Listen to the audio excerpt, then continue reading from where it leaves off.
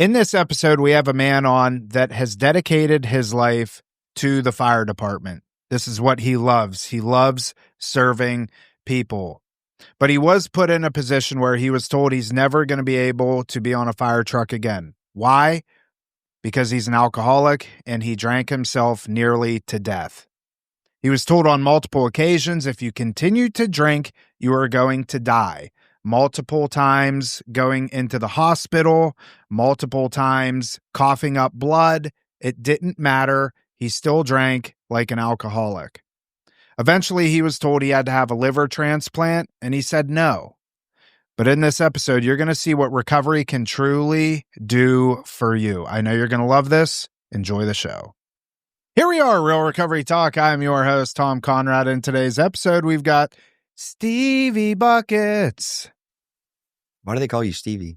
Or Buckets? Buckets, rather. That's more the... it's a long story short. I believe it happened. This was like a few years ago, and it's kind of stuck, unfortunately. Is what it is at this point. But it was like me and a client versus Tom and a client at one of our adventure groups. And I just was going off. I was looking like Steph Curry out there. Oh, hitting it. Yeah, hitting it. And Tom wouldn't let me leave till we finished the game, but I had to go to the clinical meeting. I'm like, bro, I got to go. And I think I did like a walk off. Like, it was in the air, and I was already walking to my car. And of course, you hit it. Hit it. Buckets. It's never been that great again, but... And we also have Maddie. Me. Yes. First things first, thank you for tuning in on the podcast app, whichever one that you choose to use, and thank you for watching on YouTube. In the end, if you have any comments, questions, or concerns, you can always reach us. info@realrecoverytalk.com. Again, that's info@realrecoverytalk.com, and ultimately, we want to help you turn your mess into your message, right, friends? Definitely. Yes. What's up, Maddie? Here, doing it. Pull the mic just a tad closer. There you go. Good. Perfect. All right. So let me do an introduction here. Maddie was introduced to us by one of our employees here, Marie. Lovely lady. She's an absolute blessing. She's going to be coming on the show here before long. And her son is in the fire department, and so are you. Yes. And so Marie, I remember coming and saying, you really should get this guy Maddie on. And I'm like, who's Maddie? And so anyways, long story short, she ended up making the connections, and here we are. So not to disappoint. No. So you have a very intriguing story. I think it's a story of survival. It's a story of survival. What's some other words that we can put here? Persistence. Tenacity. I like that word. You've been through a lot. Yes. Take us back. What happened with you? You're born and raised here in Miami. Yes. Miami, Florida. You're in the fire department. Yes. You're an alcoholic. 17 years. Yes. Oh, wow. Big time alcoholic. The biggest kind. Prove it. I think it's also important to say that talking about the words that kind of encompass the story is failure and the recognizing of failure. I guess starting in the beginning, I grew up in kind of a working class household, come from an Irish family. So alcohol is very prevalent in kind of everything, right? Whether it was a birthday party, a funeral, booze was always there and somewhat accepted, I guess, in my family. Even I guess like at a young age. And I feel like that was kind of growing up, that was kind of normal in the households around where I lived, especially in a working class neighborhood. Everyone kind of had a love for the booze. And I'd say I got my first taste of it right around 17 years old. And it was off to the races. When I was younger, I was diagnosed with ADHD, as most kids were. I guess they had a conversation with my parents that there might be a little bit of autism mixed in there also. And it was kind of shunned at that point. Growing up and having, I guess, I don't want to call it an affliction, but being diagnosed with autism was pushed into the learning disabled classes, and it was a lot easier to put someone in a gifted class and kind of celebrate it. But I was never diagnosed with it. And internally, I had a whole bunch of issues going on, social anxiety, not wanting to be around people. And I was kind of forced to learn to mask at a young age. What do you mean by that? Let me just pause you there. So I didn't want to go out. I didn't want to socialize. I felt socially awkward. I was really entertained by things that my friends and my peers really didn't care too much about. Like what? I mean, it could be anything. I don't want to say dinosaurs because it sounds really cliche, but it could be a coin. Like I could be obsessed with coins and have a love for that coin and want to talk about that coin consistently. And it just didn't really fit into, I guess, like the social norms. Yeah. And alcohol made me fluid, right? Like it was real easy. I had that kind of inherent anxiety going to a party and talking to a whole bunch of people went away. I was able to be the life of the party. I was funny. My quirks turned into humor, I guess, mostly at that point. And it was just an escape from, like, I don't want to say this prison, but what I thought was just like this kind of prison that I was in where I just couldn't really get on with anybody. And it made me likable. And I kind of ran with it from that point. While I was in high school, I got a job at a bar, hanging out with older people. I was really into the music scene, the hardcore punk scene down in Miami. So, I mean, alcohol was everywhere. So was booze. I mean, drugs as well, but it was just there. And it was kind of, I finally fit in for the most part. After working in the bar scene for a real long time, I was kind of in that stagnation point about what I was going to go do. Really good friend of the family, considering my uncle was a fireman. My dad was a police officer. And it was kind of, I was in that fork in the road on what I was going to do. I knew it was going to be service just because it was easy, and I did not do well in school and academia for the most part.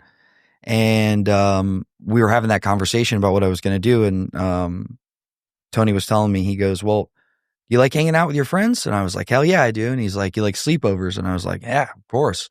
And watching TV and going on adventures. And you obviously like the big fire trucks and doing all those things. And I was like, hell yeah, I do. He's like, you like partying? And I was like, fuck yeah. And he's like, that's the fire service encompassed.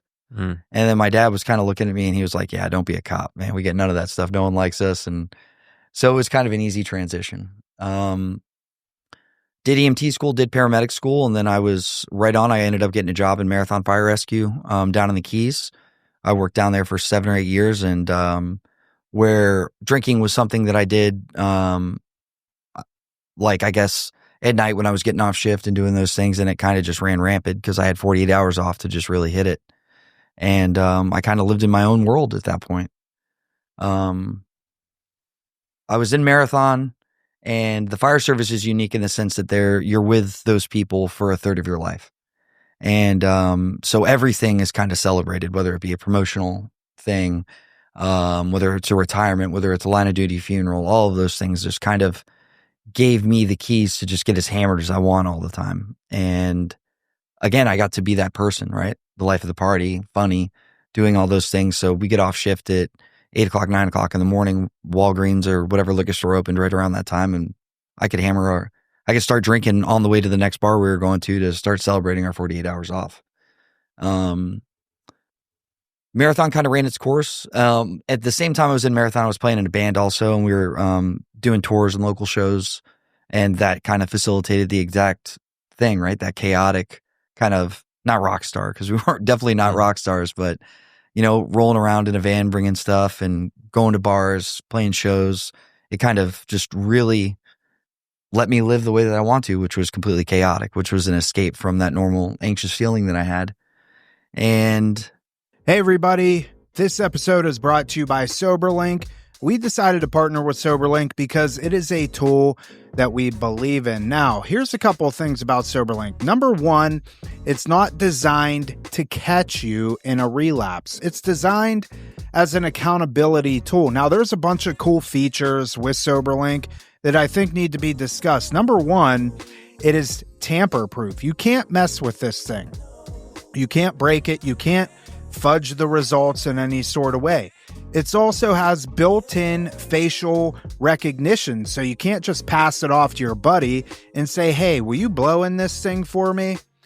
It has scheduled tests, so you could set it up. I want to be tested at 7 a.m., noon, and right before dinner. You could set it up to where your results get sent to an accountability partner. That could be your therapist. That could be one of your sober supports. You obviously will have influence on where the results are sent to. Again, SoberLink doesn't take the place of Alcoholics Anonymous. It doesn't take the place of addiction treatment. but it's an added tool, right? We oftentimes talk about tools in our toolbox when we want to stay sober, and SoberLink is a great resource. And I've seen people utilize it, and just knowing that it is there, it's, hey, I got a blow in this thing. It can help you in your sobriety journey. So we're super glad that we've gotten to get involved with SoberLink and have them now as a sponsor. And because they are so generous, they wanted to offer you a discount. And you can go to soberlink.com/RRT to receive 50% off of your device. I made the move while I was in Marathon. I made the move to jump over to Fort Lauderdale Fire Rescue. Bigger department, a lot more calls. And and that's where kind of everything kind of took a turn. So there was a lot there. I want to unpack a little bit of this. First off, you were in the hardcore punk scene. Mm-hmm. Do you know a guy by the name of Alex Uslar? How old are you? Just turned 40. Yeah, he's right around our age. Do you know, well, I don't know if you know or not, but he has a gym down there. It's Ghost Gym Miami. Ghost. I know there's another dude that ran a CrossFit gym down there that was in a band called Idle Minds. I forget what his name is at this time, but could have been him. Mm-hmm. Yeah. You definitely went to the alley. Oh yeah, 100%. I was Played at the alley a bunch. Yeah. Marathon. Mm-hmm. For those of you listening that don't know, Marathon is in the Florida Keys. There's not a whole lot going on down in the Keys. Definitely not. Paradise. Great retirement. Mm-hmm. Yeah. I mean, did you see a lot of, being in the fire department in Marathon, I have to imagine there was a lot of downtime. Big time. Not a lot of calls. And ironically, you think about the Keys, they call it the Keys disease. There's nothing to do but fish and drink. Mm-hmm. So the horrible effects and the downside of like the end of your tenure as being an alcoholic was super prevalent down there. Just dudes that have gone to retire and they've been working a job their entire life and now all they do is drink. So seeing a lot of liver failure and a lot of calls we were running, it was in your face a lot of the time. Saw my first yellow person down there. Yeah. Why did you feel the need to switch and go from Marathon to Fort Lauderdale? Excitement, the call volume aspect of things. I was already starting in the teaching of the fire service at that time, do live fire training while I was down there, teaching at conferences, and had a whole bunch of friends that worked for the department at the time. And it had kind of opened up. The hiring back when I was starting to get in the fire service was really, really hard to get into. I remember City, Miami, when they finally opened up. We camped out there for 24 hours trying to get a job. Now it's a dime a dozen. Every department's hiring. So you kind of took what you could get. And I had some friends that worked in Marathon. I did some of my paramedic rides down there, and really just liked the people and thought, I liked the Keys down there. My parents had like a small home down there when I was a kid and just had fond memories of it. And it was kind of a cool party town. So you transitioned. Steve, do you have anything up to this point? No, I'm just, I'm 42. I'm 40 as well. So I relate to it in terms of a lot of the kind of, not the fighter part, but just in terms of just growing up in South Florida and everything. Oh yeah, because you grew up in what, Boca? Yep, in bands. My band Baby Eater. We're awful. We're grindcore. Yeah, there you go. You know what I mean? So I know the alley well. Yeah. Saw on Broken Wings there. Wait, hang on a second. Sorry, maybe should we not say something? What was the name of your band? Baby Eater. Baby Eater? It was more of, everyone was trying to outdo themselves with the names. Oh, 100%. And so I'm like, we're Baby Eater. Beat that. It was more like tongue in cheek. It wasn't like, we were awful. What was the name of your band? Liberty Call. We had, see, Steve. We had Navy guys, we had some military guys in the band, and Liberty Call was like your free time when you're on the ship. So, yeah. Liberty Call. That was good. That's more of a gentlemanly name. But in the Pompano Beach, grindcore, hardcore scene, it was. Which isn't that bad. There's bands, Cattle Decapitation. Exactly. Yeah, there's not, it's not a reach. Yes. Did you play guitar or No, something? I was a singer. I was frontman. Oh, really? Mm-hmm. That's cool. That's awesome.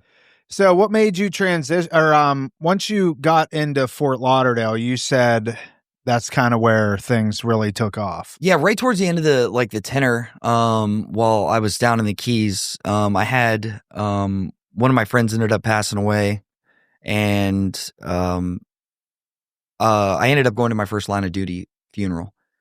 While I was there, like hanging out. This, I guess, is going to tie in a little bit later. Made some friends while I was there. One of them being this dude, EJ, who had a big impact on my life. But while I was at the funeral, I was just like, man, there were a lot of big city departments there. And I was just like, man, like, it's not that Marathon wasn't known or that big of a department, but, I wanted to be somewhere where my name could, get out there and I could get some good fire duty. And that's kind of where I decided to make the switch. But my drinking was pretty big at that point, right? Playing in the band and playing on the fire department, having a steady paycheck. Being in a band, I didn't have shit. Working at a bar, but now having like a gentleman's paycheck, like I could travel, I could drink, I could do those things. And I just wanted more, right? The bar scene up there was great. And so I figured that would be the move to make. And ended up in Fort Lauderdale. But so you were in Marathon for 8 years? 7 years. 7 years? Yeah. And you've been in Fort Lauderdale now for how long? 10 years? Mm-hmm. Okay, so take us through the alcoholism aspect of it. Like what to what depths were you going? Like walk us through that. What was your day-to-day like for you towards the end? Well, in the beginning, right? It was just like I prided myself in really never having a drink before 5 o'clock. Mm. And then in the fire service, it kind of changed a little bit because we go out to lunch. And then I'd like to say at this point, like my depression was starting to really kick in. Didn't really know where it stemmed from. But I guess like I was a professional empathist at this point. I was taking on everyone's problems. And the easiest way to the only solution that I had at that time for dealing with issues was alcohol. And I was, again, like I said, more fluid, right? Like I felt like I had a drink and I could take on any issue or any problem there was. Towards the end, and this is kind of jumping forward a little bit, but when I got into Fort Lauderdale, it was every day I got off. We had a spot that we'd go to for breakfast. I'd have a couple beers, and then I go home, shower up, and then I was hitting lunch. Didn't have a second job at the time, so I really had 48 hours to really just hit it. Lunch, come home, deal with what I had to do. In the middle of that, I ended a 13-year relationship right after one of my friends passed away, and then jumped directly into another one. And I guess the dynamic there was everything kind of revolved around partying and going out and being social. So it wasn't like I wasn't doing anything. I was still completing all the tasks. I was just drinking the entire time while I was doing it. And one of the hardest things to deal with as an alcoholic, and hearing that, because at this time there were rumors of me, hey, maybe you're drinking too much, is that when you have a high functioning person that's really high speed, still going to the gym, still able to operate at work, still maintaining somewhat of a healthy home life, it's hard to tell someone that they're doing something wrong and even internally understand that like, maybe this isn't the way. I completely, again, throughout my drinking, I want to say I was a horrible partner, right? Which is one of the key things that I noticed in sobriety. There was no attentiveness, right? Like everything revolved around alcohol for me and trying to get that fixed. Like if I went on vacation, I would kind of map my vacation around where I could stop for drinks and bars, right? Mm-hmm. And unknowingly, I was 100% addicted to alcohol, right? Like when you start mapping a vacation around where you can make stops for drinks or not wanting to go to an amusement park because you couldn't get alcohol there, like there was an issue. And I just didn't notice it. I brushed it off as, no, man, like I want to party. Like it's just enhancing the fact that I'm here to have a good time and I'm able to at that point. So again, I was drinking anywhere at this point before it got real bad and my depression really started taking over. I'd say it'd probably take me about 2-3 days to finish like a 1.75. I could do a liter in a night if we were partying, but nothing. At that time, I didn't think it was that crazy because I was also drinking with people that kind of were in the same movement, right? Like I said, the alcohol or the fire service, and I want to say public service is plagued with alcoholism. Doesn't really get to talk too much about it until people really start having an issue. But when you're around kind of those people that are still doing the same thing, and in the bands, it was the exact same thing, coupled on cocaine use and, heroin at the time before fentanyl and carfentanil came around. You don't really see that you're doing anything wrong because everyone that you're operating with is on the same playing field. And then eventually work started taking a hit. The call outs start becoming rampant because I'm too fucked up to go into work the next day. And yeah. It was interesting. Like it just in terms of just like the boundaries you set for yourself or the standard, like in terms of, and that's like how that's the progression. Like, okay, well, I think you said you wouldn't drink before 5 p.m. that went by the completely wayside. out the window. You justified it along the way, Mhm. and then saying like calling out and stuff. Mhm. That's just such the progression. Mhm. When did the health consequences start coming? The health consequences started coming right around the same time that the severe depression aspect started. Like I said, the drinking got at an all-time high. And then like it's no different in anybody that's dealing with depression or alcoholism that isn't in the fire service field. I think I need to hit on that. Like, there's no difference in what happens, right? Yeah. Like as far as that, right?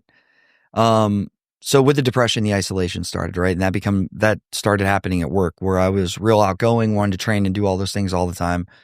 I was in my bunk room all the time. I didn't want to hang out with anybody.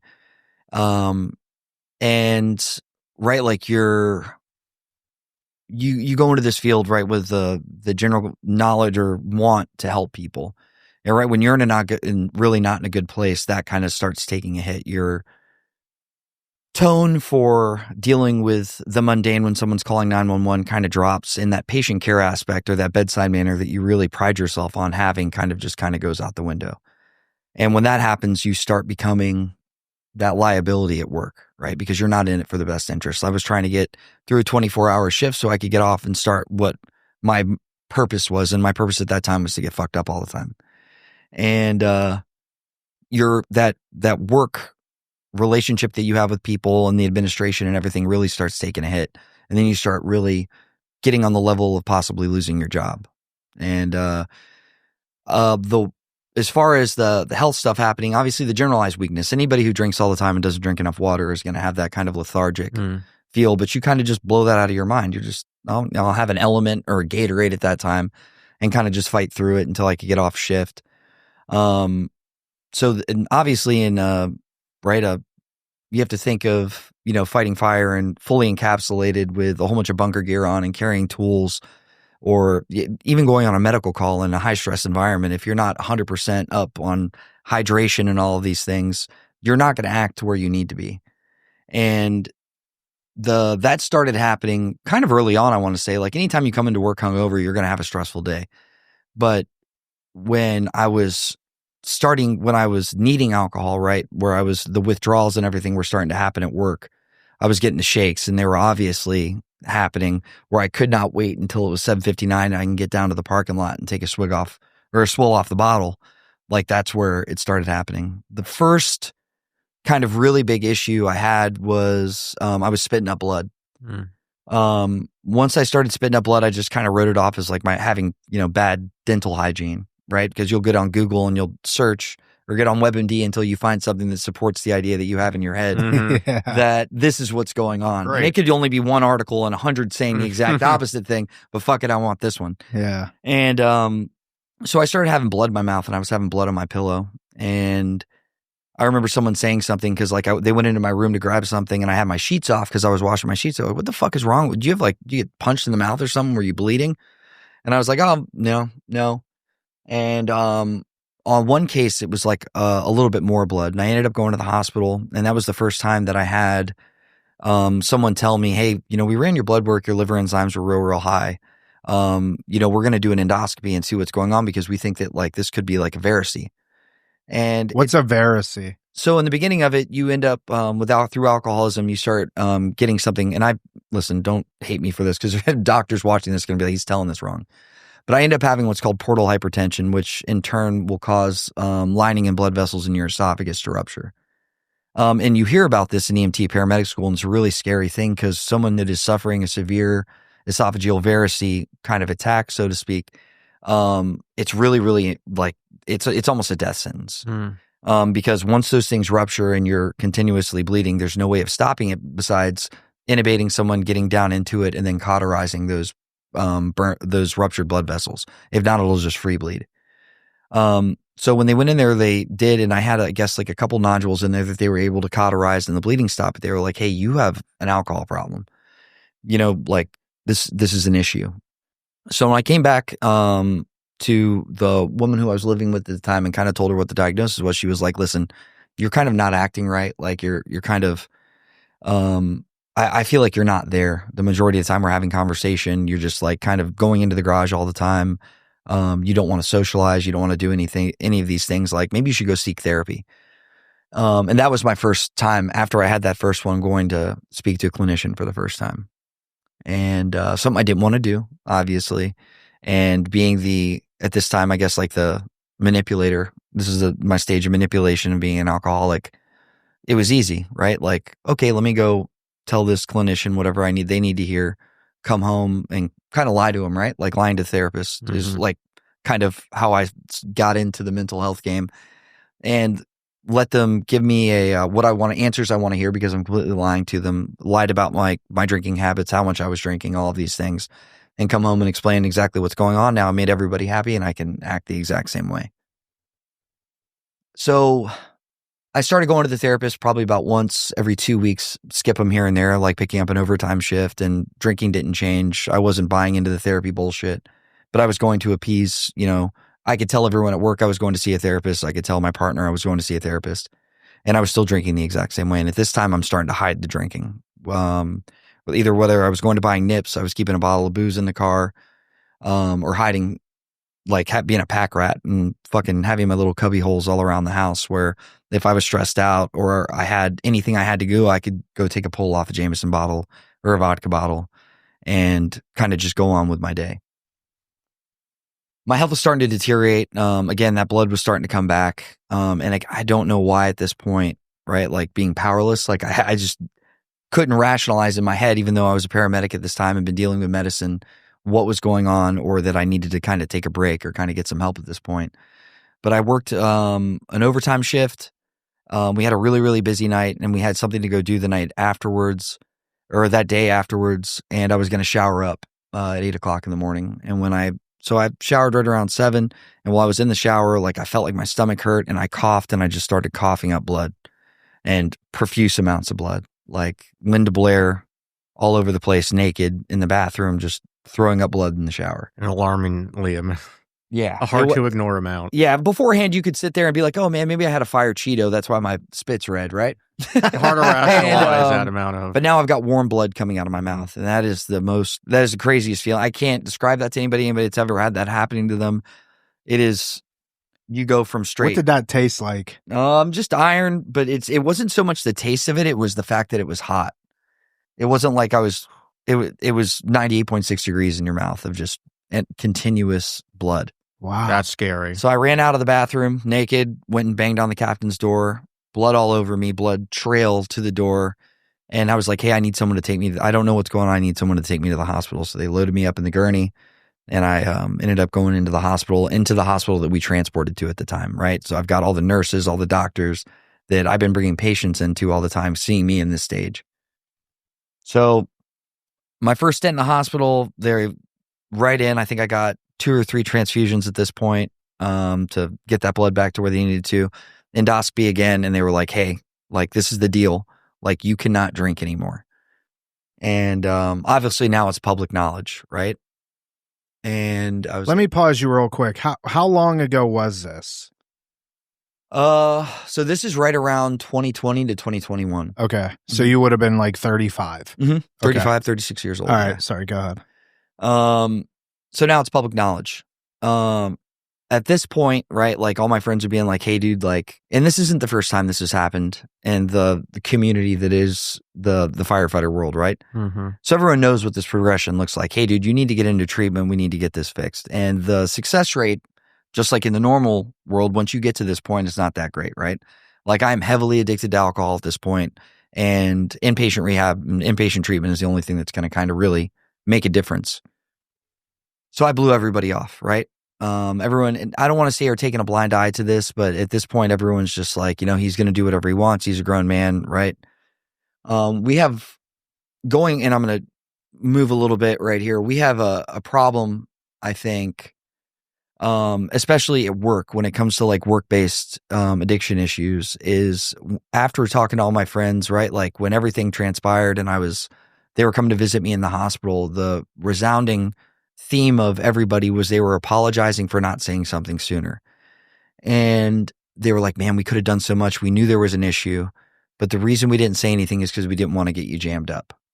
And one of the things like I talk about a lot is like, what is that line where you draw in the sand where, hey, I don't want to get my friend in trouble or fired and losing his job, and then his depression and his alcoholism skyrockets, or he puts a gun in his mouth and he kills himself, or I let this proceed to the point where something bad happens anyway. It's a very fine line.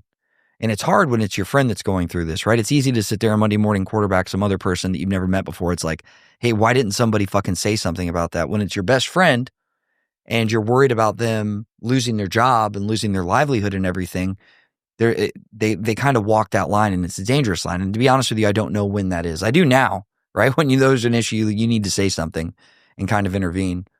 But again, I bullshitted my way through it, told everyone, eventually, I'm doing therapy, like I'm getting better, I'm not drinking, and sure as shit, behind closed doors, I was drinking soda water, I was out with everybody, and I'd walk out to the car and start drinking again.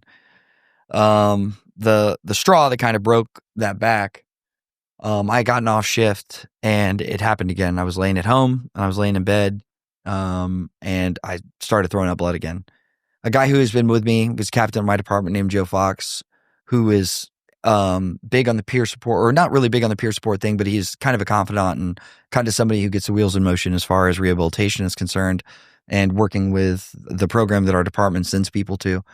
I called him right away. He lived probably 2 or 3 blocks away, and I was like, Joe, I'm going to die. Like, this is it. Like, this is worse than last time. And I was just in the sink, and just, again, that blood was just pouring out of my mouth. This time it was a little bit worse. I was rushed to Jupiter Medical Center. I was living in Jupiter at the time. And again, woke up, and I think I was in the ICU for a day. Again, probably 10 blood transfusions at this time. And they were like, hey man, like, this is it. Like this is it. You're running from the livers and, doing the ultrasounds and all this stuff. They're like, if you're not pre-cirrhotic, you're cirrhotic at this time. Your liver is taking a huge hit. If you don't make a change right now, like, you're going to die. And this is the first time that we had. So now probably 2 weeks after I get out of the hospital, I haven't gone back to work yet. Work is already in the thing of like, hey man, this guy needs to go to a treatment center. He's not going to be allowed to go back to work. And I get a knock at the door at 8 p.m. And this is in December. So knock at the door, 2 of my best friends show up. One's a captain, one's a battalion chief for us. And he's like, hey man, like, we got to have a talk. And the first intervention happened. And the intervention went just as you would assume it would go the first time, right? You got 2 alpha males sitting there being like, hey man, we're going to throw you in a fucking truck. We're taking you down to rehab. Your life is in shambles. Like, you're going to fucking die. Like, you can't live like this anymore. Your home life is a mess. And, in an alcoholic brain, like, I'm not arguing with anybody. Like, I'm isolating. Like, I do woodwork. I do wood burning. I'm an artist, right? A self-proclaimed artist. So I was in the garage the whole time, not bothering anybody, like, kind of void of confrontation. But, everything is suffering. And so what I did was I sat there and yelled at both of them. How dare you have these people come to the house and tell me that I have a problem? So my relationship at this point with my partner is completely in shambles. It's over. And I kind of, right, I started the bargaining. I was like, well, I'm not going to go right now because Christmas is right now and I don't want to ruin Christmas for the family. So I'll go after Christmas. And I finally got them to leave the house. So 2 weeks after that happened, I want to say on the 25th of December, I entered, I had to go to detox, obviously, for the first time, and went to my first inpatient rehab for all the wrong reasons. And like I said, you hear this in any group you've ever gone to. If you're not going to get help for your own benefit because you want to get help, and you're going for it to fix a relationship or to keep your job or to do all those things, it's not going to work. Absolutely. And that's exactly what I did. I went to rehab for the first time for, I guess, a month or 32 days, and went in there to prove a point. Like, I could get through this. I could get sober, and I'm not going to listen to anything that anyone in the treatment center has to say. I haven't bought into the steps. I haven't bought into anything, and I'm going to get out, and I'm going to continue living my life the way I want to.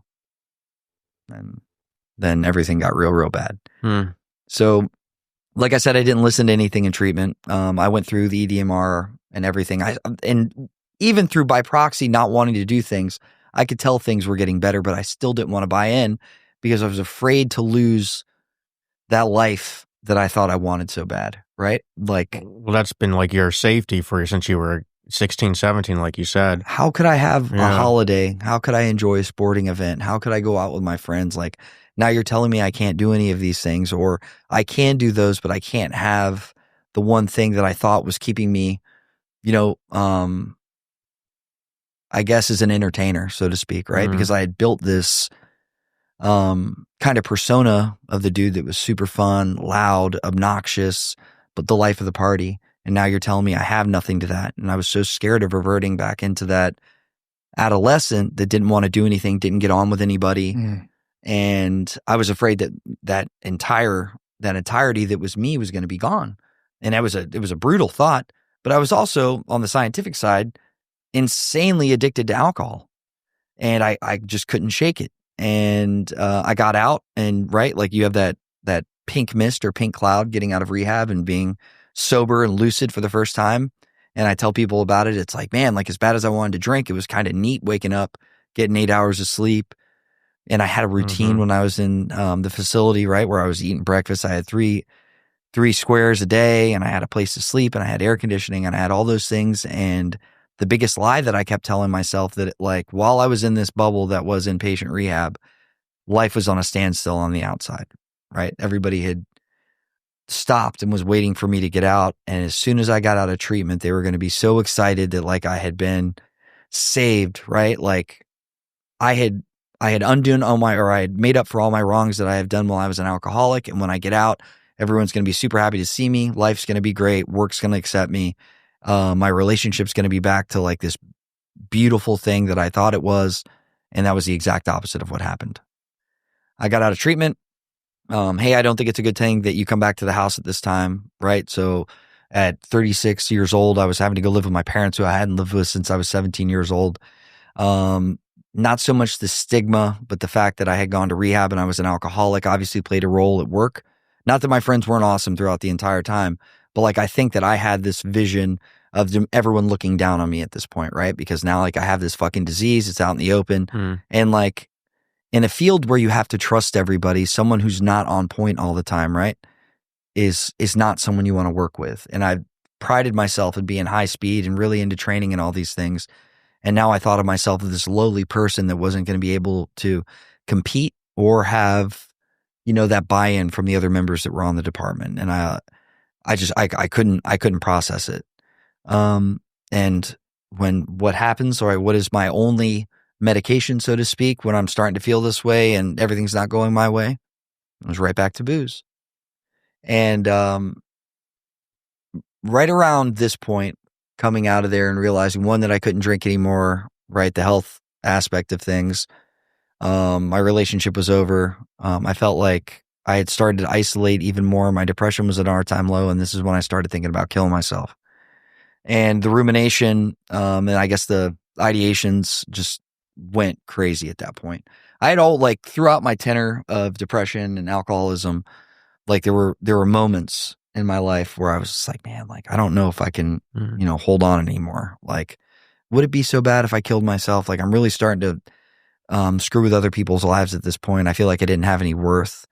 And when the everything had kind of fallen apart, I thought it was the only thing I could do at that point. And that's when I was like, fuck it, I'm going to kill myself. Which you think now, being lucid, right, is the craziest thing in the world. Because I've dealt with friends that have committed suicide. That was one of the biggest hits for depression with me. I had two of the biggest idols in my life in the fire service end up passing away, one in a drunk driving accident, and the other one took his own life. And then my two best friends growing up ended up passing away in very similar circumstances. One fell or jumped off a building in my zone. And then a year later, the other best friend, there were three of us, the other best friend flew home so we could go visit our other friend's mom on the day that her son passed away, and he didn't show up. And turns out he flew in from Jersey, very successful restaurant owner, flew in from Jersey, ended up buying a bag in Miami, shot it, got transported. They gave him Narcan, signed out AMA, and then came home, shot the rest of the bag, and they found him dead a day later. Man. So I'd been through it, and I knew what that had done to me. And at that point, like, I wasn't living for myself at this point, but I kind of rationalized the fact that regardless of how everyone felt and how sad they were going to be about me killing myself, it was better than me continuing this just path of rage that I had put in so many people's life. My parents, my friends, everybody just felt like they were either walking on eggshells or they were just constantly having to babysit me throughout the entirety of, my sobriety at this point. And at first I was just going to shoot myself and be done with it. And I had the round, I'd stare at it constantly, put a gun in my mouth and be like, is this the time? Like, I drive somewhere and, I had that round and I'd carry it in my pocket and just waiting for the day. And then somehow I was just like, if I fucking shoot myself, I remember how horrible that was, having the closed casket and all those things. And my parents are going to have to find me, or someone was going to find me. And then I'm kind of passing on that trauma. I was like, I'm already an alcoholic. If I kill myself drinking, right? It's a slow progression. Like everyone will just be like, yeah, the guy had an issue with alcoholism and, forget it. So that's exactly what I did. So I put the bullet away, put it back in the drawer and stopped carrying the gun and just decided I was going to drink myself to death. And I want to say at that point so I've obviously returned back to work at this point. I'm just going to drink myself to death. And so I probably at this point on my days off, I was polishing off about a handle of vodka or a handle of whiskey a day, come back into work. Those 24 hours were brutal because I was beyond, having the shakes and stuff. Like I was hallucinating. I was sitting inside my room. I would call my mom I was out of my mind. My aunt ended up getting sick and put inside a hospice in New Jersey. So me and my father were going to fly up there. So right before the flight, I got off shift. I went to the liquor store, bought a whole bunch of nips, threw them in my bag, hammered them all on the airplane on the way up there. And we went to go visit my aunt in hospice, said hi to the rest of the family, and then we went back to the hotel room. And that day, my dad was going to go down and do some work on the computer in the hotel lobby. And when he came back up, he found me unconscious and throwing up blood inside the bed.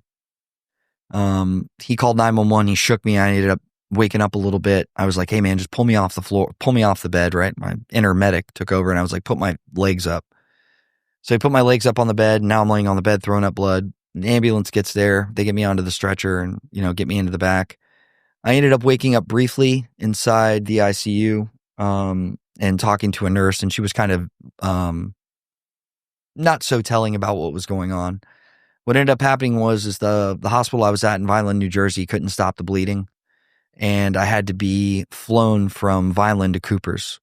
So they medevaced me over to Cooper's Hospital. At that point, my mom was notified. My dad told my mom, my dad was at the hospital. My mom flew up to New Jersey. My dad was going to come home to take care of the dogs. And one of my captains, the guy Joe Fox that I mentioned beforehand, flew up to New Jersey. While they were there, I guess the hospital told them, like, listen, his liver is completely shot. And the biggest issue was with that bleeding, what I mentioned beforehand, was that portal hypertension that was causing so much of that pressure in my esophagus that I was just nonstop bleeding. So the doctors told my mom, like, hey, listen, this isn't looking good. We're like at a 10-20% chance of him living through this, but we think the best option is a TIPS procedure. And what the TIPS procedure, and again, I'm probably going to say this wrong, what it does is it kind of reroutes where that blood flow is going from the liver into where it's going to make that portal hypertension happen. They kind of reroute it and it stops the pressure. They can control the bleed and, you can go on your way for that month. But it's kind of a Band-Aid in the grand scheme of things because my liver at this point is completely shot. Stage 4 liver failure, like done. So I end up making it through this, right? I get flown back to Fort Lauderdale. Before that, I have a whole bunch of other things happen while I'm in the hospital, bottomed out, CPR, the entire thing. I think at this point I've had anywhere from probably 10 to 15 blood transfusions, trying to keep everything going. I'm also detoxing off of the alcohol, so upwards of 50 seizures throughout the entire time. They go to fly me out the first time. Everything dropped to the point where I needed to get back to the hospital into an ICU, and then they were able to fly me out the next day. I was flown back to Fort Lauderdale. This is a horrible thing and a great thing at the same time. Great for my parents, horrible for me. So they fly me home, right? And generally when a fireman gets flying home after like a cancer stent or battling a house fire or something horrible happens at work to where they need to be flown somewhere, they have this procession of trucks come out on the runway, right? For a hero, right? Well, that ended up happening for me. They brought all of these trucks out onto the runway, 2 different agencies, and I was flying home. I wasn't a fucking hero. I was a drunk. And, having the trucks on the runway was one thing. Like I said, it was kind of hard to find out about. And then also, I guess they ended up doing a GoFundMe during the thing. And I think in 2 days, they ended up raising $50,000, which helped out a lot. I mean, helicopter and plane rides are expensive. So the guys on the back end of it were really trying to help me out as much as they could.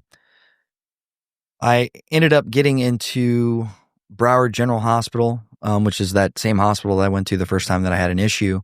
I think I was in a coma for anywhere from, I want to say it was 2 to 3 weeks. I ended up not buying a Soma, which was the best part, because they kept extubating me and then intubating me because I couldn't control my airway at the time. Anyway, I ended up waking up. Joe was at my bedside at the time, and the first words out of my mouth to Joe, not, hey, how's my mom doing? How's my dog? And any of those things was, I need to go back to treatment. Which is crazy, right? Like throughout everything that ended up happening, but just like waking up in that moment, the only thing that I thought would work, as much as I had demonized that fucking month that I had spent there, was I needed to get back. There's a willingness. Yeah. Now, right? I had that fall. I talk about this a lot. Like for me, people are like, man, how did you get clean? And I was like, man, I have a very, very different story than everyone else's, because like I had a huge fall, and it was that extreme suffering that brought me to that point. Everything in my life had turned to ash. And at that moment, I was just looking for something. And I thought, though, I knew what would work at that time. Like I said, even through a placebo effect, the small things in treatment were what I needed, whether it be the initial, I mean, I had tried a whole bunch of times, right, to stop, right? And I get 2 weeks under my belt, 3 weeks under my belt. But when I got to the point where I was so heavily addicted to alcohol that the withdrawals were happening, I needed a treatment facility. I needed the detox facility in order to, so to me, once you're that deep into it, trying to break that addiction or break that issue, you need specialized treatment. I ended up waking up, and I had been out for so long, the atrophy had set in, my body doesn't want to work anymore. So obviously occupational physical therapy are paramount. I've got 1,000 doctors that are coming in. The craziest talk that I ended up getting was the transplant team came in to speak to me, and they told me that, hey, listen, your liver is completely shot. This TIPS procedure is just kind of a Band-Aid on a bullet wound. You've got about 1.5 years before you have to have a liver transplant. I don't want to say at this point I was over the whole suicide thing. Like I felt like there was no getting better at this point. And I also, like I had said in my trials of trying to get sobriety by myself, I had never been successful in it. Again, I don't think I ever lost as depressed and self-hating that I ever got. I don't think I ever lost that compassion for wanting to help people. And for whatever reason, I still had a little bit in me. I did not think in right mind that I could actually go through with getting a liver transplant, because I'd be taking it and I'd end up drinking again. So I made the decision at that point. I was like, no, I mean, 1.5 years sounds pretty good. I'm okay with that. I said, I don't want to get on a transplant list. So I had just kind of been okay with the fact that I was going to die in 1.5 years. So he's like, listen, if you change your mind, and I was like, I don't think I'm going to, come back and talk to me. So I go through occupational therapy. At this point, it's probably good to say that I told everyone in my life that, yeah, I'm getting on a liver list, right? But I didn't. I go back to occupational therapy. I go to physical therapy. I get out, and I had probably about a month where I had to get ready to go back into rehab. I had to get a clean bill of health before I could get back into the inpatient facility. So I did everything that I needed to do to get back in, stayed sober for that month, right? At this point, I'd been sober for roughly a month. So I didn't have the medical aspect of needing the alcohol. And my only goal at that point was to get into rehab and see what happened. So I got back into the rehab facility. I want to say I was in there for 40 days at this point, and I took everything that they had. I bought into the breath work. I bought into the EDMR, the one-on-one counseling sessions, that sound bed that they put you on. Everything that they had to offer, I'd sign up for. Didn't matter. I was getting up. I was going to the gym. As frail as my body was, I was trying to get cardio in. I was walking around. I had my buddies drop my bunker gear off so I get back in my gear. And I was really just trying to make a good push at this. I got out, And they were like, hey, we can't let you back in the line until you get medically cleared. And in my head, I'm like, there's no way that I'm going to get medically cleared for this. Because my body was shot, right? Liver was done. I was running on fumes at this point. But I had it in me that I wanted to go back. If I had a year left, I was going to spend my year. I wanted to get back to work because that was the only fun I remember having. Relationship was done, and I loved the fire service so much, and I loved hanging out with the homies that all I could think about was getting back, and that was I was just purpose-driven at that point. So I went back into training. I got into training for a little bit, and once I felt like my strength was up enough, I started going to doctors to try to get a clearance. I had to get cleared by a doctor saying that I was able for full duty at work in order to get back on the line. And I think I went to 6 or 7 doctors, and they were like, absolutely not, no shot. So I ended up going down to Hialeah, right, and finding a kind of a quack doctor. Mm-hmm. And I was like, hey man, all I need is for you to sign. I don't need time off of work. All I need is to get back to work. And the guy was like, bro, all you need to do is get back to work. And I was like, yeah, I just need a paper saying that I can go back. He was like, for sure. And this guy fucking filled it out. And I was terminal at this point, right? Like I had a year left to live.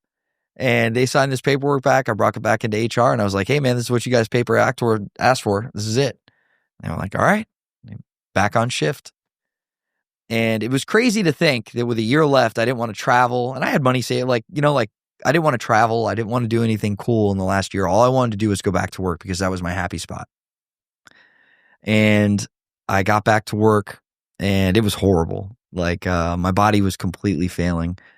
And this is where I have to, when I tell this story, this is going to sound very disheartening and cruel to everyone else, because there's such a morbid and kind of mean asterisk when it comes to how we deal with things at the fire service that this wouldn't fly or be thought about in like a good way in normal civilian life. But when I got back, these guys screwed with me so bad, right? So like I said, that my body was failing. Obviously with my liver function completely down, the jaundice started. So I started turning yellow, as you could believe, with the hopes of everyone. Now, mind you, everyone thought that I was on a transplant list. I was just waiting for that phone call, but I wasn't. So these guys were relentless in bothering me about the fact that I was yellow, right? So I'd walk in and there'd be a sign on the wall, like whatever truck assignment I was on, they were calling me Liberace. They were, my name's Mattie Johnson, so they called me Maddie Jaundice. So, I mean, and it was all in good fun, because if they would have treated me any different throughout all of this, it would have crushed me. But they still treated me like one of the dudes. And if you're one of the guys, you're going to get messed with. And I remember one time, I'm a huge pizza guy, I'm a pizza fanatic. And I was my cook day, and I was trying to figure out what we were doing for dinner. And they're like, hey man, a new pizza spot opened up in Fort Lauderdale. We want to get this. And I was like, man, pizza? Hell yeah, I'm in. What's it called? And they were all sitting at the table, and they're like, oh, Papa Jaundice. So, right, Liver King, everything, right? But they kept it fun and going through this. There was only one time that I told 2 people at the table what was actually going on. And his name is Glenn McDonald, and he's been here through the entirety of this. He's awesome, awesome, awesome dude. And we were sitting at the table, and he was like, man, are you okay? Like, you're breathing heavy and all this stuff. And I was just like, yeah, I probably got about, I don't know, maybe 3-4 months at this point. He's like, till what? And I said, till I die. And he was like, no way. And I was like, yeah, man. And he was like, you're getting a transplant. And I was like, I'm not on a list. And he was like, I don't believe you. And I went out to a conference. About 2 months later, I went out to a conference, a fire department conference in Wichita. And on the flight home, I knew something was wrong. I was starting to hallucinate on the flight. Also, the last week that I was at work, I couldn't take so besides the jaundice, the edema in your legs get real bad in liver failure. I never really got the belly. Beforehand, I had gotten the stomach beforehand when I had all the fluid in the stomach, and I'd have to get a synthesis to get it drained.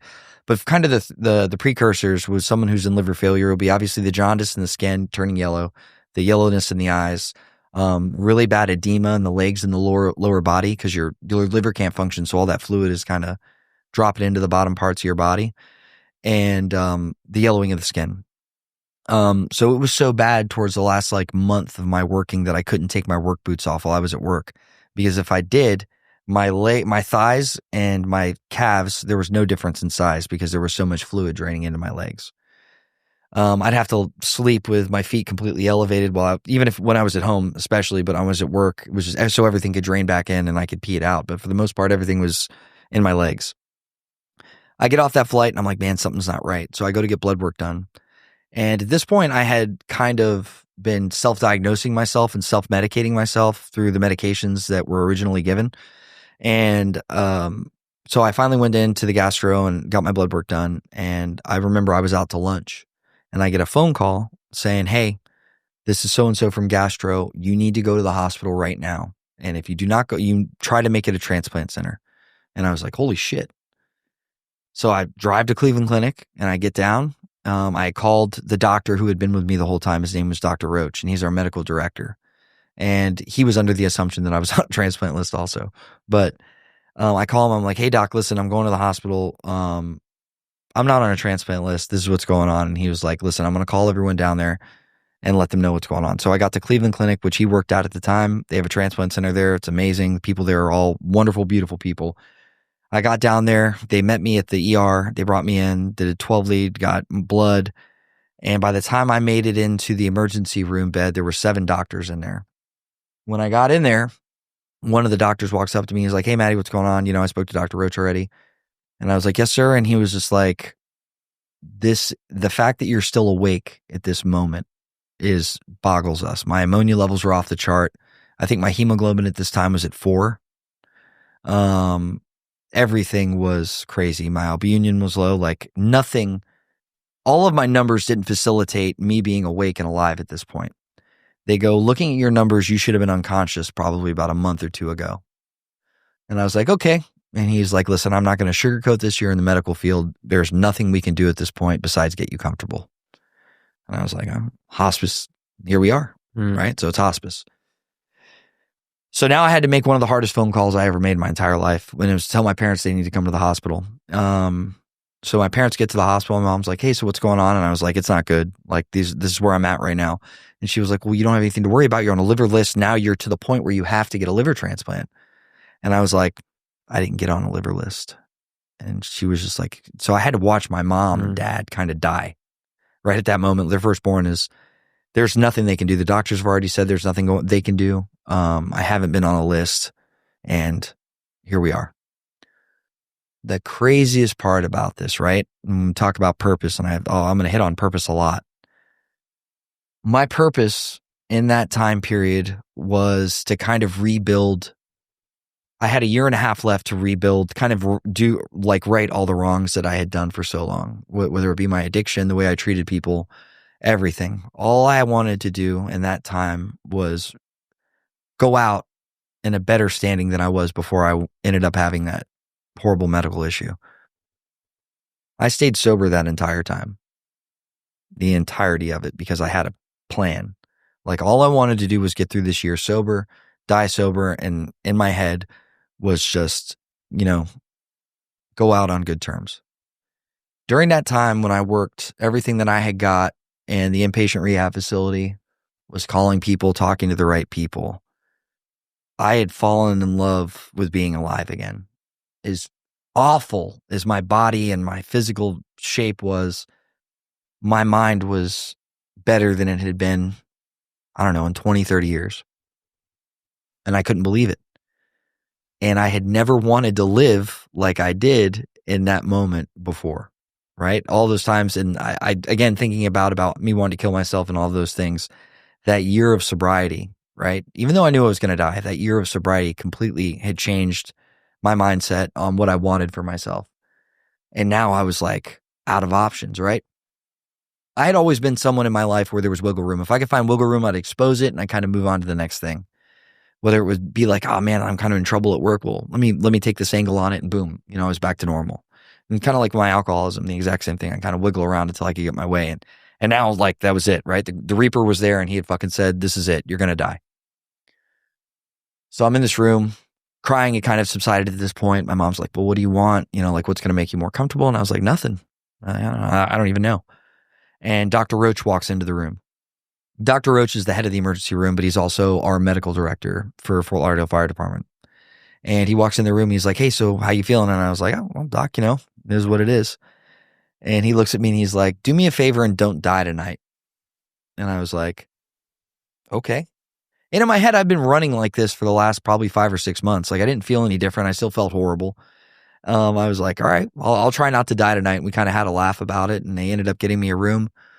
My mom stayed the night, and I woke up the next day, and this dude from Transplant walks in with the rest of his team, and he's like, hey, I'm Dr. So-and-so.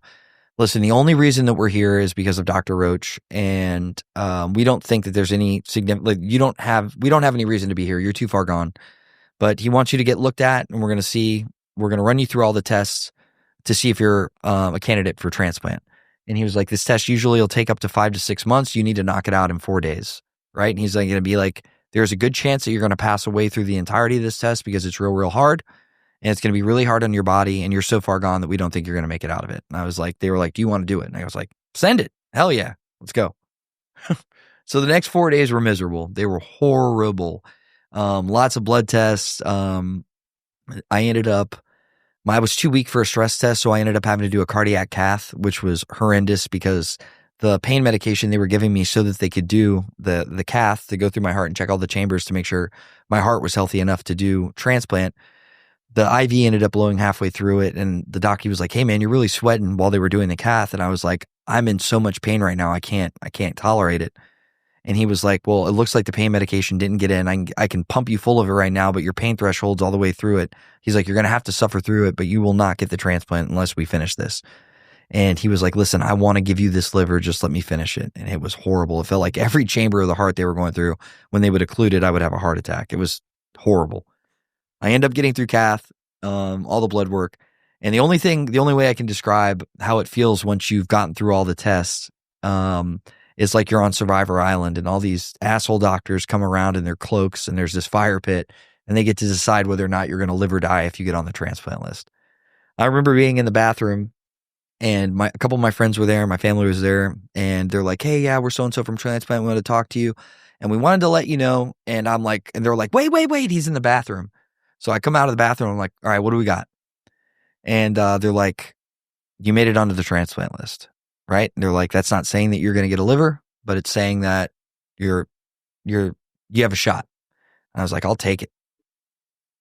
So I get back in the bed. I'm super excited, but at the same time, my numbers again are so shot that like there's a really good chance, and that it happens more than not, that people end up dying on that list. So I go to bed that night. And well, I tried to go to sleep that night, and I remember it was like 2:00 in the morning, and I'm watching South Park, and they give you this whole dialogue about, hey, you keep this phone next to you the entire time, that you're gonna, if it comes through, you're gonna get a phone call, and you kind of have to approve the liver. And I was like, okay, so I've got this phone, and the first fucking 6 hours, I'm staring at this thing and like just trying to manifest this phone call, and it's not happening. And like I'm again on the internet looking like, how long does it take once you're on a list, and the numbers are horrible. Like I'm looking at this, and I'm like, oh my God, I'm gonna die in this room. And now I wanted to live for the first time, right? I've got so much to give. I have this clarity and this purpose, right? Like I feel like, not that I beat this, but I've got an algorithm in my head to where I was at the worst possible spot in my life, and I've gotten to the point now where I feel like I can make a difference. And about 2:00 in the morning, I remember watching South Park and kind of laughing, and all of a sudden the phone rang, and I looked at it, and it was a number I didn't know, so I pick it up, and I'm like, hello? And they're like, hey, this is so-and-so from the transplant. This is Mr. Mattie Johnson. And I was like, yeah. And it was a woman who I'd spoken to beforehand. It was kind of the liaison. She was like, oh, this is so-and-so. And I was like, yeah. And she was like, we'd like to inform you that we have a match. We have a candidate for your liver. We just need to know if you would like to accept it. And I was so taken back, right? Because I was just like, but my analytical brain kind of took over at that point. And I was like, listen, I don't want to sound disrespectful, but how does this work? Do you take the first one? Is this like the primo one, or do you wait around until you can get another one? And she started laughing. She's like, listen, I can't tell you what to do, but I will say this: finding a match is very, very rare. And she's like, if I were you, I would probably accept it. And I was like, all right, okay, accept it. And she goes, okay. She's like, I need you to do me a favor. I need you, as quickly as you can, call whoever you need to, because you're about to have a significant emotional moment and you're not going to be able to talk on the phone. And, I was like, yeah, okay, whatever. I'm living, right? Like, well, I'm not going to have a significant moment. I'm going to call my buddies, let them know, hey man, I still got a fighting chance, right? I'm going to call my folks. And she was like, okay, just do me that favor. And I'll never forget, making that phone call and calling my mom. And she was like, hey, what's going on? And I was just like, hey, I just wanted to call and tell you. And I fucking broke down. Partially for two reasons. One, because like I didn't want to give her any fucking false hope in case anything happened. But at the same time, I was just like, I had put her through so fucking much, and my family and my friends. And I finally had another shot. And so I tell her, and for the next like hour, I called on my friends, and it was just crying throughout the entire time. These dudes that had kind of been there through the good in the beginning, and then just the awful past that I had fucking put everyone through the last, I guess, 2 or 3 years. And then I woke up the next day, and my folks had come, a couple of my friends had come over to the hospital, and they were jam up, like just super excited. And 16 hours later, I was on that gurney and into transplant, and there were some hiccups throughout the entire thing. And 13 hours in surgery. And then I remember opening my eyes for the first time, somewhat lucid, and having a whole bunch of my friends inside the room, and I was alive. Mm-hmm. I can't put into words what that moment felt like. There were some funny stories that happened in between all that. I ended up finding I was deathly allergic to penicillin, or not penicillin, to not deathly allergic to it, but it was like had like a psychoactive effect. But Toradol, it was either Toradol or Tramadol, and I ended up trying to fight the respiratory therapist, and apparently I bit him, and they had to subdue me. So when I did wake up, I had posies in the bed, and I was like, kind of what happened, right? So it was funny for like, when I saw my family, they ended up leaving, but I had a sitter inside my room the entire time. And I didn't know what she was doing in there. And I assumed it was just like, hey, if I bottomed out or something like that, she could alert somebody. But I was hooked up to so many machines. And I noticed that the nursing staff were kind of short with me the entire time. And you would think someone who had just like lived and, you know, they were going to be a little more cordial and nice to, and I just didn't understand what was going on. So finally, when at this point, like I'm like awake and I'm understanding what's going on. And I asked the woman that's helping or sitting in the room, and I go, can I ask you a question?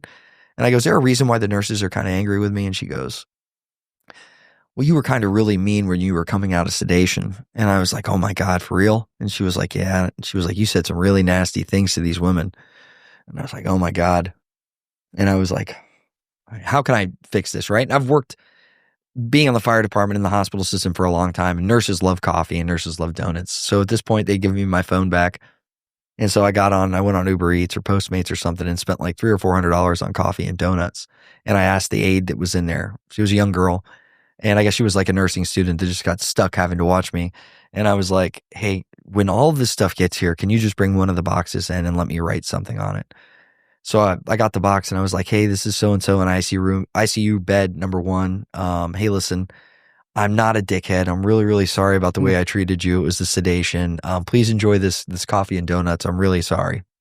And then like probably 10, 20 minutes later, the entire floor came in and started talking to me again. They're like, no, it's really, really normal. Like when, especially in liver stuff, when you come out of sedation, you're not so nice. And yeah, so that happened. So then I obviously, right, I was out of the hospital in like 13 days. Again, back to occupational and physical therapy. I blew through all of that.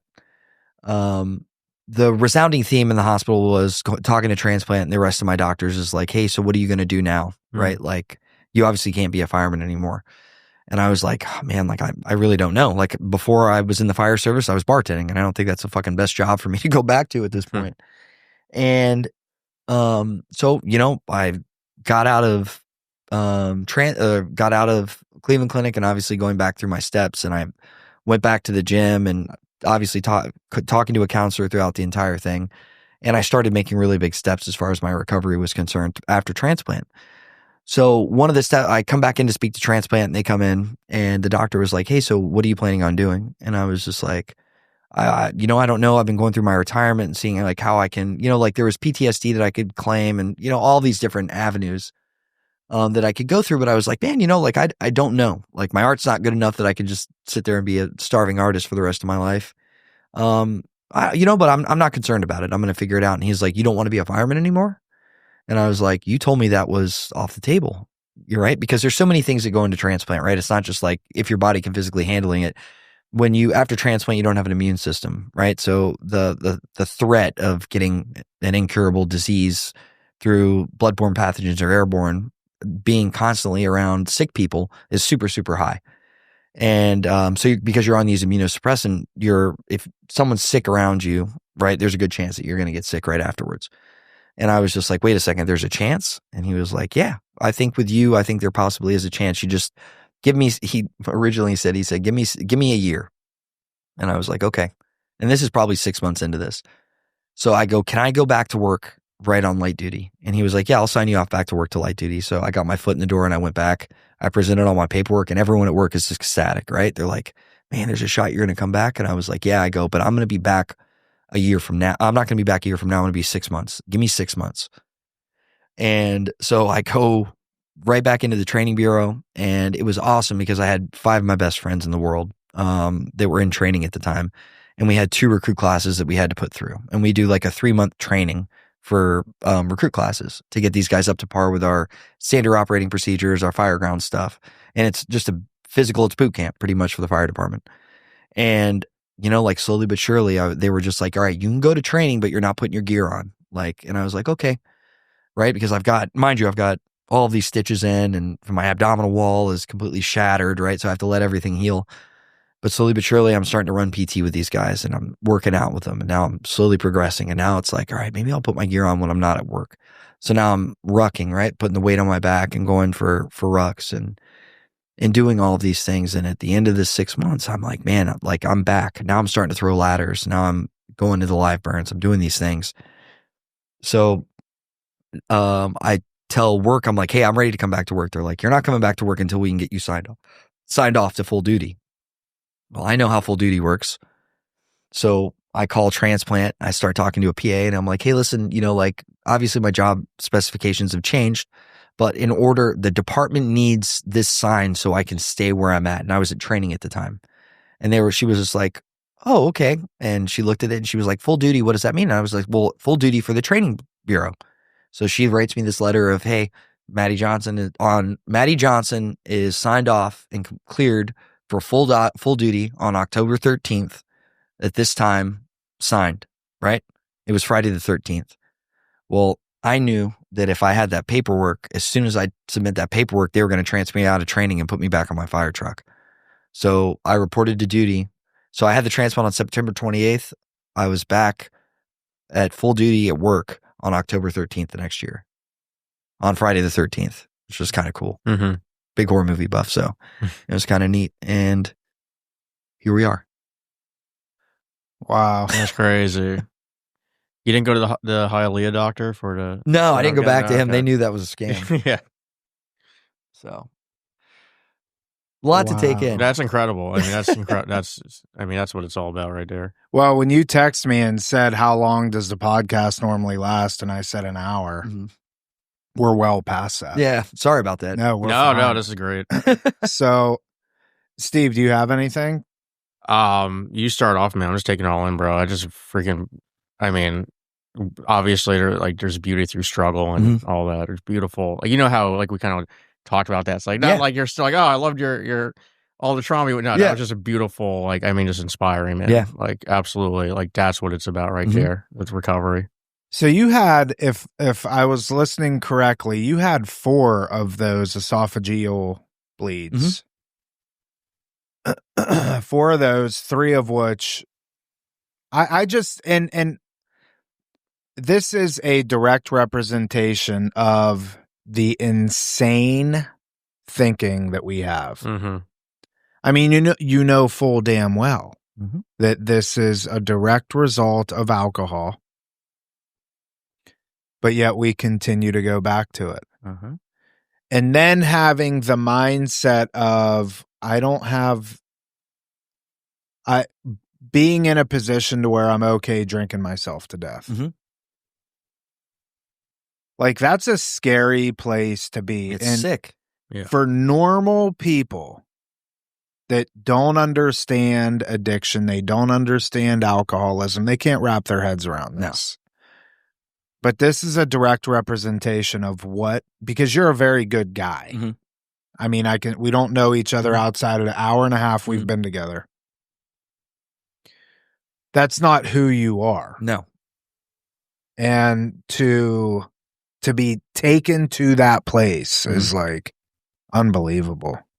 And justification with it, it's crazy. I mean, we're all in recovery, so we got it, But yeah, like normies, if you will, they don't. It's like, oh, why don't you just stop? Well, When you went back, you got to transplant September 28th. 28th of what year? I'm about to hit the 3-year mark, so September 28th is going to be the 3-year anniversary. Oh, wow. So it's just under 3 years. And you were back on a fire truck in a year. That's not common. No, at all. I think it's the first. The first? Mm-hmm. You're the first person. I think with a liver transplant back on the truck. That's what the doctors were saying. So it's funny. I did an interview with Cleveland Clinic, and so they came and shot. I think it was Cleveland Clinic. They came and shot over at the firehouse. And then afterwards, they had the doctors or whatever, and they were doing a conversation about it. And they said that they were going through it. And they're like, oh, yeah, you're back on the fire truck. And I looked over and I saw one of the doctors that was like, he had no idea. And he's watching the footage or whatever. And then afterwards, he's like, I thought we talked about a longer time period. Like, we didn't sign off for this. And I was like, well, you did, in essence. Somebody did. Yeah. Yeah. But. So you don't have an immune system at all? No. So they have to keep, anybody that goes through transplant, you're on immunosuppressants because if the body recognizes there's a foreign organ in there, it'll attack it. Interesting. I had no idea. Mm-hmm. Whoa. Prior to pressing record, you said that most people are under the impression that once you get a transplant, you got to walk around wearing a mask and you can't do anything. And yeah, you've totally defied those odds. Yeah, they, I don't want to say they're scare tactics, right? Because they're in place for a reason. But when they talk about life after transplant, I guess what it is you are very susceptible to a lot of other things. And if someone who's already got somewhat of a timid mindset of thinking about, or just like, I don't want to say OCD, but just like kind of like scared about getting sick all the time. It's haunting, right? Yeah. You feel like you cannot leave your house. You have air purifiers in every room. Like I was like that in the beginning. And I was like, this is no way to live, man. Like, I'm not wearing a mask everywhere. I can't do that. And I've been to a couple different places where they've had transplant recipients around. And I'd say the vast majority of them kind of operate that way. There are some that have done amazing things, but it's not a death sentence. And not that I want anyone to go through this. Liver failure is the most painful thing in the world. It is just ungodly horrible. But if you did end up having transplant, it's not a death sentence, man. You've got so much that you can do with it. And I feel more alive now. And a lot of people ask me because they'll say that the immunosuppressant therapy makes you feel different. For me, coming from where I was, and I was so sick, right, mentally and ill for so long, that I don't really have that gauge on what my high point was, right? So like now, this feels better than I felt in 20, 30 years. I don't see like a shake in the difference. But yeah, this is just like, it's a brain thing, and I kind of like mindset. You can do what you want with it. Does anybody in your life treat you differently? No. I would say yes, they do treat me differently. In the sense that I feel like they're more trusting now. Yeah. And this is, I guess it's kind of cliche to say, but I am so thankful that I had to go through this, because if I didn't, let's just say like I didn't get as sick as I was, or I just had like an awesome liver that wouldn't have gotten shot, I would have been a shell of myself my entire life. I wouldn't have known this. If like I could have, let's say for 20 years, I would have just been some alcoholic that's out in the home or on the couch and was able to get by, I wouldn't have accomplished anything that I have up until now, even if they called it quits tomorrow.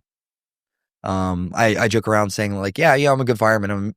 I think I'm a good fireman, but I feel like the story and going out and talking to people and having that trust, I guess in the validation because of what I went through and where I'm at now, has saved more people than anything I do doing CPR on someone or pulling someone out of a building.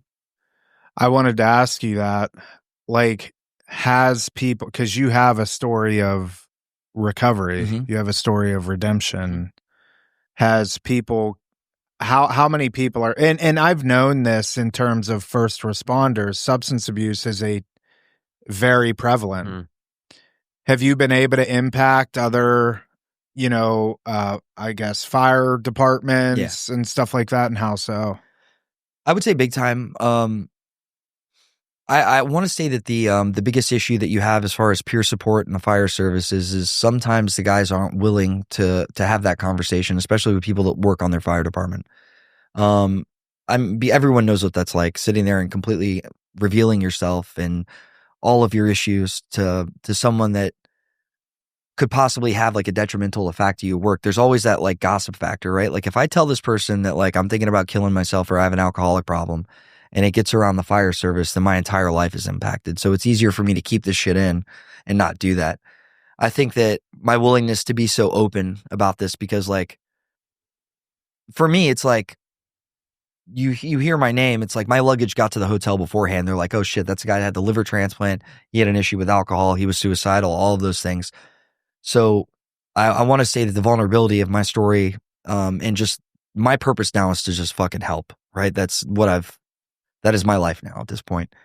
It's a lot easier for someone to sit there and kind of have those hard conversations with me. Because that's the only thing I want to do. There's not like a deviant plan. And I feel like a lot of people are somewhat scared of opening themselves up like that. Just like I was the first time I went to therapy. This person doesn't know anyone in my life. And I could tell him everything and it's not going to go anywhere, but I still had that feeling of I don't want to share. It's been really amazing. Just some of the texts, some of the phone calls, and that's why like anybody asked me to go on a podcast or go give a talk or something like that. Yeah, 100%. And that's just what I want to do now. That's what like I said, the purpose aspect of this is just, that is my purpose. It's the same in the fire service. I just want to help. And anything that I've gone through beforehand, they can keep you from, I don't want to say passing that Rubicon to the point where you're thinking about ending your life or continuing in just the fashion that isn't sustainable, then I want to be there for that. In terms of like, I'm just thinking like the puzzle pieces, like you finding your purpose and everything. And growing up in South Florida, I mean, imagine if you were a firefighter like from like Iowa or something and you went back home and that story is exactly the same. Yeah. But, like going back, you're such a great recovery community here too. Yeah. Where everyone's like everyone knows someone in recovery, I feel, or has an issue or wants them to be, their loved one to be in recovery. And also in terms of your own personal program, in terms of like whatever that looks like, in terms of like meetings and stuff like that. Like it's a blessing. Like this all took place in South Florida too, you know? Yeah, for sure. What's the name of the, what's the gentleman's name? The doctor? Dr. Roach. Jim Roach.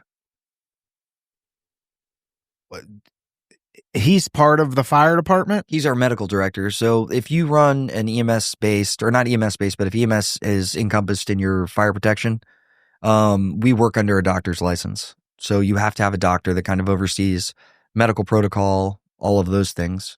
Because, I mean, again, as paramedics in the field, we're starting IVs, we're giving medication, we're intubating, now we're doing finger thoracoscopy. I mean, paramedic is an all-encompassing thing. We do a lot of kind of high-level medical procedures on people, so you have to work under a doctor's license. Do you still talk to him? Mm-hmm. All the time. Yeah. What's been his, because you guys probably developed like a serious bond over that. Well, he was the guy, an interesting story about Dr. Roach. When they picked me up from the airport, one of my best friends is Battalion Chief Danny Moran, was the one that was driving the rescue, the ambulance that was going to take me to the next hospital. And Dr. Roach was in the front seat. He helped take me off of the plane. And he had just gotten the job as Fort Lauderdale medical director. This is a really crazy story. And he gets in there, and Danny's obviously physically fit, like emotionally, and just fit like upset. And Dr. Roach looks over and he goes, you know Maddie? And he was like, yeah, he's one of my best friends. And he goes, he's like, yeah, he's in really rough shape. And he's like, yeah, I think he's going to die. And Dr. Roach looked at him and he's like, yeah, he probably will. But, we're going to get him a liver. Everything's going to be fine. From the first time he met me. And then to have this all happen. Obviously, I did a detour off of the whole getting on a transplant list thing. But, Dr. Roach has been there throughout the whole thing. And the day of my transplant was his last day at the hospital. And he was leaving to transfer to Broward General from Cleveland Clinic. And he came down and had a conversation with me and my mom and ended up giving me his doctor's coat, which I still have. Because he was leaving the hospital. Shit. Yeah. And I call him for everything. I'm bothersome at this point, but he's an awesome guy. So that would be a cool podcast. Oh yeah, to have you and him come on. Dr. Roach is awesome. Do you think he'd do it? Yeah, he's for real. Yeah, I've talked to him for sure. He's a busy man, but yeah, he's awesome. So when you were talking about your mom, tears were welling up. Oh yeah, that was horrible. Yeah, I mean, but they were tears of joy. Yeah, at this point. Yeah. Mm-hmm. Where are things at with them? I'd like to say, and I'm still a pain in the ass, right? But I think our relationship is better than it's ever been. My mom's in recovery as well. Oh, really? Mm-hmm. Yeah. Nice. She's been sober for 9 years. She was an alcoholic as well. So it runs in your family. Oh yeah, big time. But crazy statistic, right? I've got two cousins, both with substance abuse issues, and one stint in inpatient rehab, and they've both been clean for well over 15 years now. Wow. Yeah. Have you ever thought in the 3 years since you've had the transplant, have you ever thought of drinking? Not drinking, no. That's I kind of, again, and this is where I say that my story is different because like I have friends of mine that are going through this, or any conversations that I've had. I'm not supposed to be here. I'm also not a win for the mental health community and the fire service. I am in the sense of inpatient rehab on the latter end. I got lucky. I got extremely lucky, like that everything just happened to work out. Drinking, no. The depression, 100%. I still have bouts of depression. But again, I've kind of formulated this like algorithm where I can see where I start trending in a certain direction of isolation or just bad habits, right? And they never really touch the substance issue of things. But when I start becoming short and people like that, like I understand that like, all right, I need to make plans to go out. I need to like get outside. I need to start doing things that I'm not doing right now. And they kind of fade away. I'm obviously coupled on therapy. So, but yeah, depression is just one of those things. But I could say right now, besides the immunosuppression therapy and the pills that I have to take per transplant, I'm not on any psych meds anymore. Huh. None. That's crazy. It is. You know, we've done a lot of episodes, Mm-hmm. 568, I think, and a lot of interviews. You're one of the more impactful ones, Awesome. to be honest. Mm-hmm.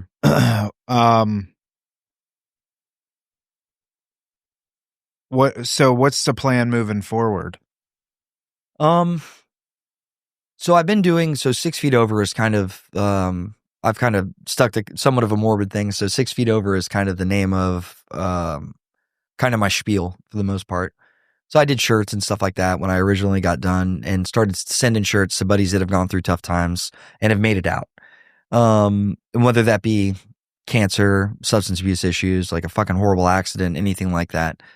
And that's what the title of like my talk has been. And it's pretty much this, right? For the most part. And I get a little more in depth about the purpose mission, of what I want to do. But it's really just getting out there and talking and being vulnerable, and being open to any conversation that can happen. The more podcasts, the more lecture series I get to go do. Obviously, it's real big in the first responder community because they're so close and tight knit that having someone that went through recovery that doesn't understand or thinks that they don't understand the way of life for a first responder as opposed to a civilian, the buy-in that I get there is real high.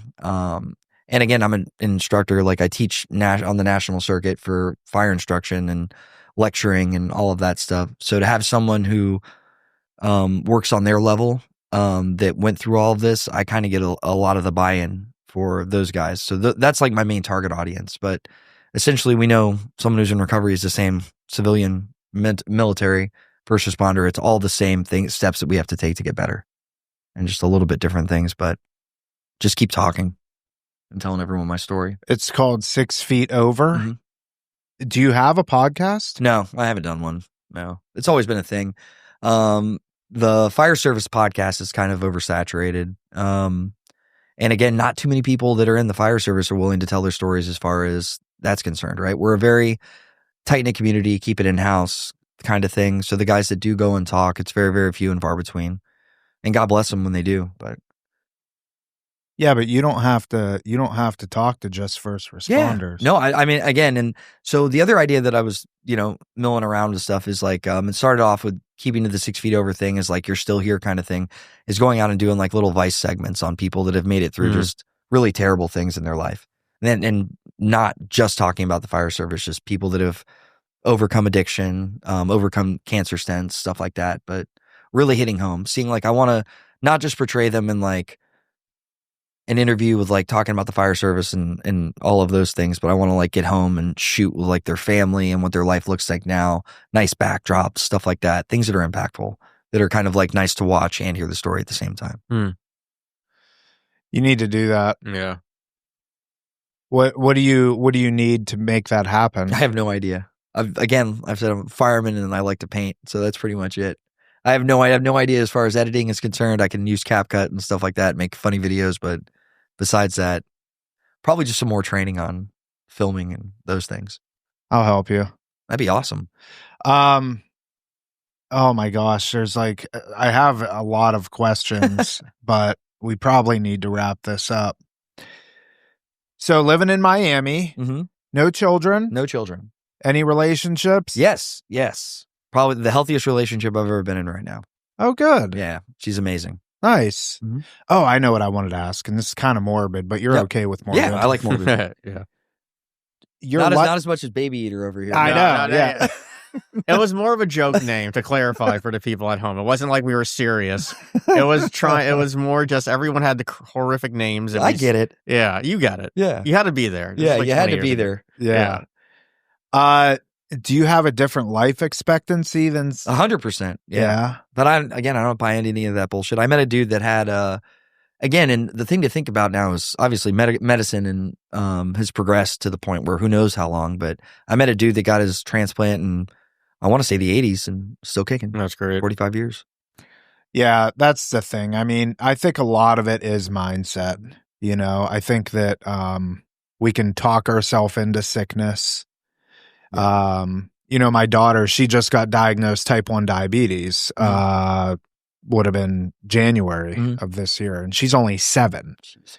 So it's like, I can do a lot of that, like kind of morbid reflection or morbid projection and stuff like that. But that's a nasty place to be. The thing that you just hit on right now when you said you can talk yourself into sickness is like, you can talk yourself out of everything.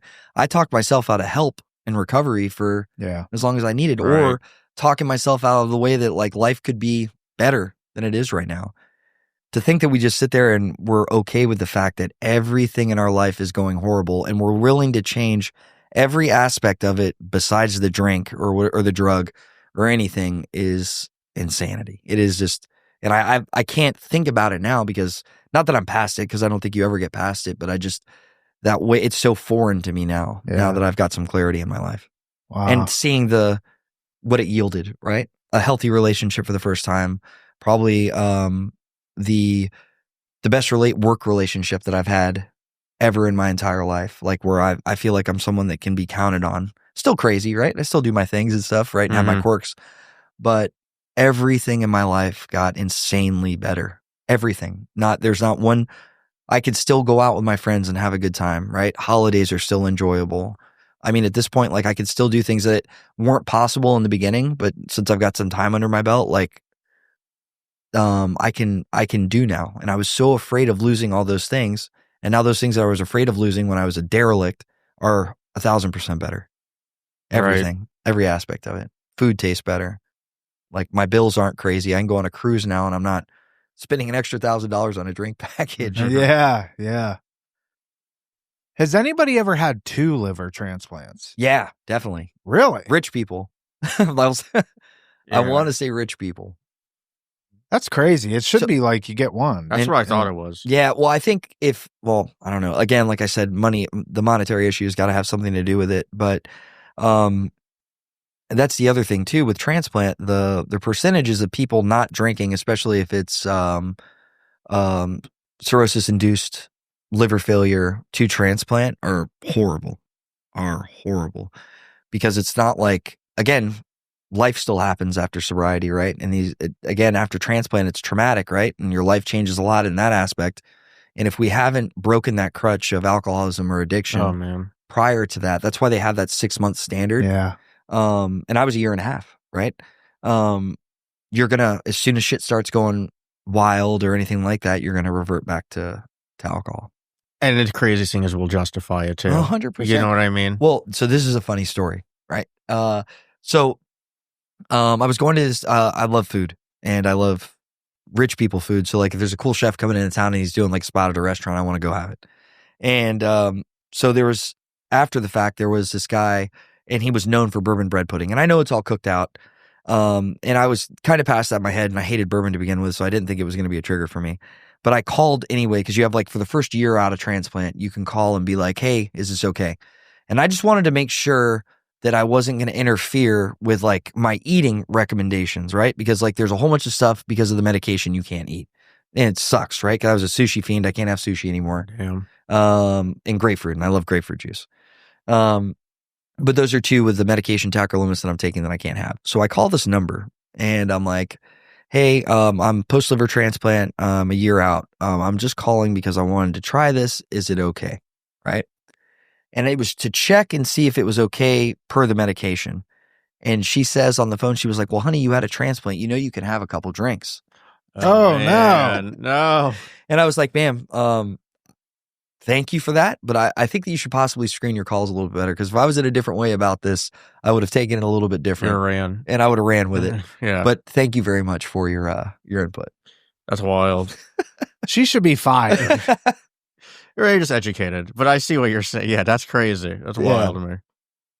But it's crazy, this disease, and I know we're running long, but like I was thinking about like so many times I do NA, and I know a lot of people who, had hepatitis C. Mm-hmm. And I remember like a lot of, so they had the interferon medication, which was like horrific to go through. Me and my friend actually just joking about it. Like it came out like a day after he finished, like the new one that's like easy. He finished it like the day after he finished the interferon treatment, it seemed like that the new one came out. But anyways, like I know people who was like, I don't know if it's still like that, but I remember at the time it was like, we'll give you the treatment, the painless treatment or whatever it was, or the less painless treatment for the hepatitis to cure. But if you get it again, you can't just, the treatment won't work anymore, something like that. And of course, like addiction is doesn't make sense. No. You justify, you rationalize. 100%. I know people who got hepatitis C again, after treatment. After the treatment. It's crazy. We can't make sense. That's when they say cunning, baffling, and powerful. Mm-hmm. Yeah. It's crazy. So, all right, last couple of things. Pizza guy. Do you watch Dave Portnoy's pizza reviews? I do love Portnoy. Portnoy's good. I mean, he's a lot to deal with sometimes. But he's been to a couple of my friends' pizza places and he's given them good reviews. That's good. What's your favorite? My favorite pizza right now? Let's see. I mean, it depends, right? You got tavern style pizza. I was just up in Chicago teaching and we went to Vito's and something. Portnoy gave a huge review for tavern pizza. It was amazing. Up here, Delray Death by Pizza I like a lot. I get that. We get that every Saturday for UFC. Wait, what is it? Death by Pizza? Death by Pizza. Delray Death by Pizza. It's phenomenal. Delicious. Miami, right next to the house. Vice City Pizza. Delicious. Local pie. Yeah. I need to check Fort Lauderdale. I'll give you a little hidden gem in Fort Lauderdale. Been around for a long time. My buddy Julian owns it.